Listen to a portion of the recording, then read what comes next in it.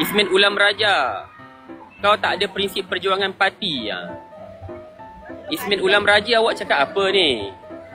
Apa prinsip perjuangan parti? Yang tak ada prinsip perjuangan parti tu PKR dan UMNO sekarang lah. Berubah prinsip. Dan demi kuasa korang pun ikut sajalah. Kalau PKR dan UMNO tu berprinsip, rela jadi pembangkang.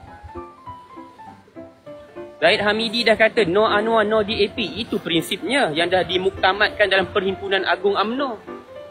Apabila orang UMNO sendiri tak menghormati keputusan oleh Perhimpunan Agung UMNO, itu apa maksudnya? Maksudnya kau orang yang tak ada prinsip.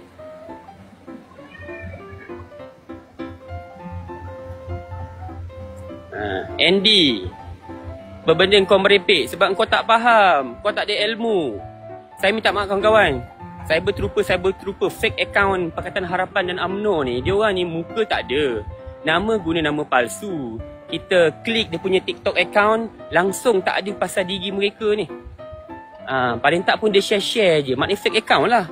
Muka tak ada, nama tak ada, konten pun tak ada apa. Maknanya dia memang buka fake account ni nak mengenakan kita. Lepas tu dia katalah kau siapa, kau meroyan, kau merepek. Jadi saya dengan fake account ni saya tak koyak langsung pun. Sebab fake account ni pengecut. Orang pengecut, orang bodoh. Kan? Silat-silat upahan. Yang keluar UMNO parasit. Siapa keluar UMNO? Saya tak pernah masuk UMNO Yang keluar UMNO parasit. Kamu jangan ingat apa Bersatu ni semuanya UMNO. Suku saja ahli Bersatu ni yang bekas UMNO.